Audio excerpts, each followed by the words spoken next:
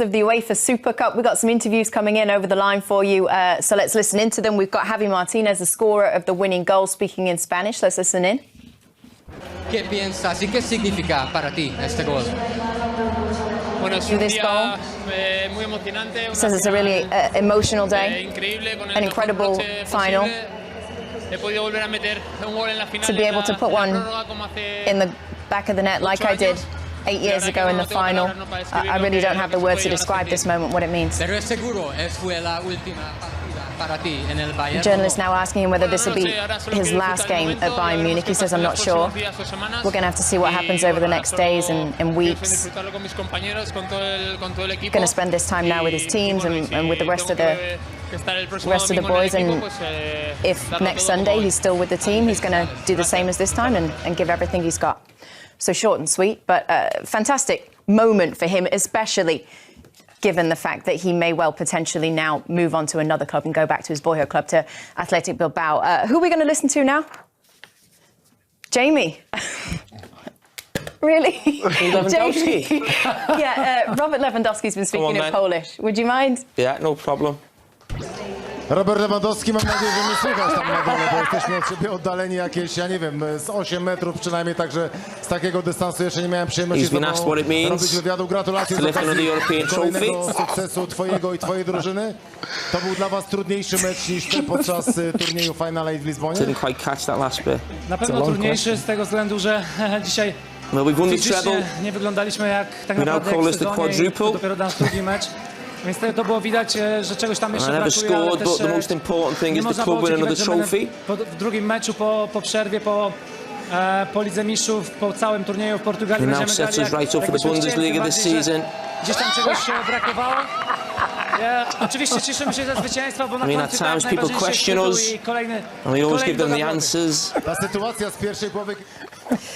Does his accent catch you out ever? Oh, you know the last question. No? Cut off. Sorry, Jamie. It was long and extended, and your translations were relatively short. I know, exactly that. You just got to get to the point, haven't you? I can still hear them. Munich are the UEFA Super Cup champions after beating Sevilla in extra time. Let's quickly take you through the best of the action from a long game it was. We had the normal 90 minutes plus the extra time, but here we are starting early on. And the game made interesting by a penalty for Sevilla early on.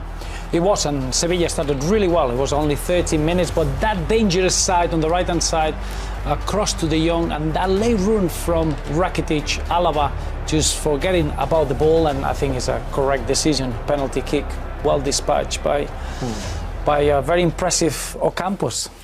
Any disagreements about the penalty? I don't think it was a penalty. I think it was soft. You know, if you're a defender and that gives away against you, you're sort of looking at the referee thinking, yeah, he gets there a little bit late, but was there enough contact? Was he going to get the ball after as well? I don't think so. So for me, I think it was a harsh penalty. I think it was a penalty. Hold on, you said off air you didn't. You At the very start.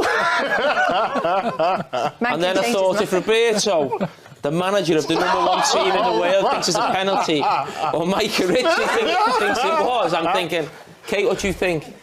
I'm swayed by the same argument. Yeah, exactly.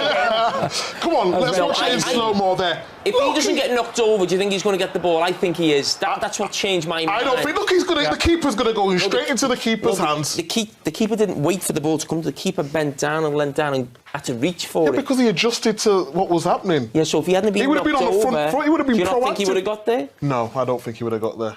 But don't you think that Alaba, in order to allow the contact to be allowed, is you need to be able to reach the ball. If you just make contact and then clear the ball, I think it's a fair challenge. But the moment that you make contact and you got no chance to get on the ball, you're stopping the striker to get in there.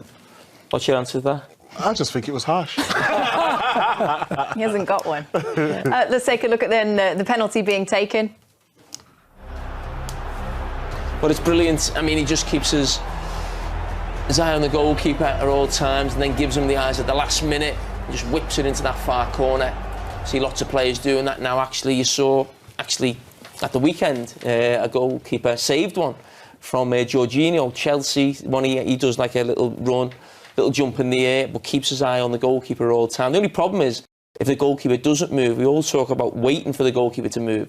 The problem is when the goalkeeper stays in the middle. But you've got to be brave there, Roberto, as a keeper. You need to have a safe corner, isn't it? But that was a very confident penalty taken. I think he's taken 7 in his career. He scored all of them. He was cheeky. He was cheeky, though. Yeah, he was outstanding across the board, though, tonight, wasn't he? No. I thought he was. All right, where are we going? Equaliser, 1-1. Let's take a look. Yeah, the Goretzka goal. Well, I mentioned to Jamie beforehand, and I was really impressed in Champions League. So I watched him. Look at that touch from Lewandowski, though. It's absolutely perfection. 3 of the midfielders here switching off outside of the box. Touches. I actually think he means to do that. I know you think he's just trying to hit in a space. I think he's cushioning it for Goretzka. Nice cushion finish. Keeper no chance. Brilliant goal. He's become an important figure of this team now, Goretzka. Yeah. It was. I mean, the touch from Lewandowski, as you say, was fantastic, whether he meant it or not. Do you think that's a touch that Lukaku would be capable of? You love coming into that. Lukaku's in a different level. Don't bring him in. But I think, going in a serious note, I think as a coach, when you prepare a way of defending Bayern, Julen Lopetegui will be very disappointed with that goal, because that was an easy action to defend. The 3 centre midfielders, just not because of any mistakes, just because Fernando, which is always the middle one that he should track that run, is outside, and between the 2 number 8s, nobody tracks that run. And I agree with Mike. I think Goretzka is giving you that extra factor. Everyone concentrates in the front forwards, then you get the fullback arriving. Sometimes you got 6 players, then you get the 7th player. It becomes really difficult to defend, but that was an action that you would expect Sevilla to defend. Throughout the game, they defended it really, really well. Yeah, they did. There were a couple of opportunities for Bayern that Bayern actually managed to put in the back of the net. Both of them disallowed. Correctly on both accounts, Jamie? Yes, they were. Just offside here. I mean, there was obviously a lot of discussion between Clive and Jermaine actually trying to work out where the offside was given, but I think it's on that initial pass into Lewandowski. Very unselfish, as he obviously was on that first goal as well. This one, I'm struggling to actually understand what it was given for. I think it was given Lewandowski. That's a foul. I don't think that's a foul. It's not a foul at all, that. No.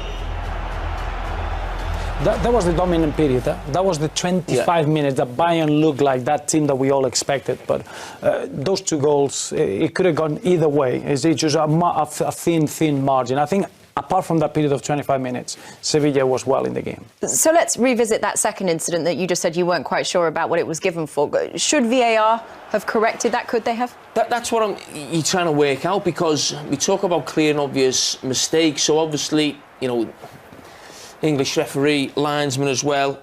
I'm just trying to see who was the VAR. So English, obviously VAR as well.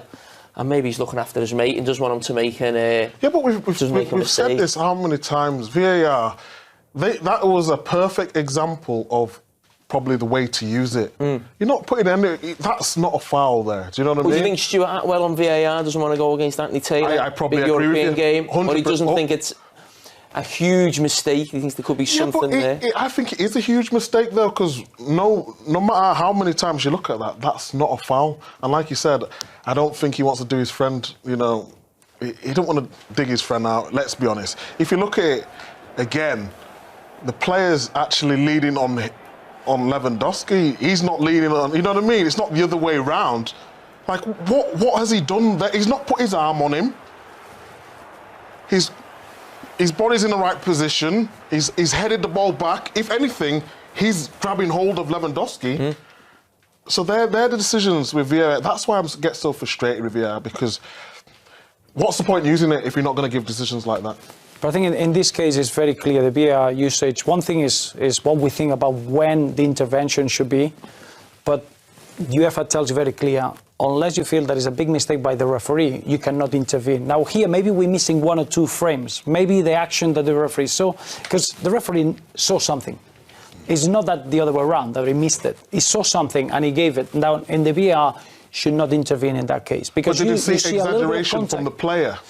It could be, but that's not why VAR is there. VAR is there to give the referee a second opportunity to correct a big mistake, and that wasn't a big mistake. I agree with you. I think anything that has got a goal at the end or an opportunity for a penalty, we spoke about the Mbappe situation in the final. Is that not a big moment in the game to get a penalty there? And it was a penalty. Yeah, but they don't see it as an obvious mistake. I think that's the area that referee needs to get the usage of VAR. But I think in this case it was used correctly. As much as I'd love this to turn into another extended VAR conversation, let's take it back to Bayern. Makes up his mind. So when he takes a shot, it was an easier save. Let's say. I think right at the vital moment when you see Neuer is in control of the situation, whereas over the place it's almost like he's in a panic, isn't it? It's a hope, isn't it? Yeah. You didn't feel that City was going to score.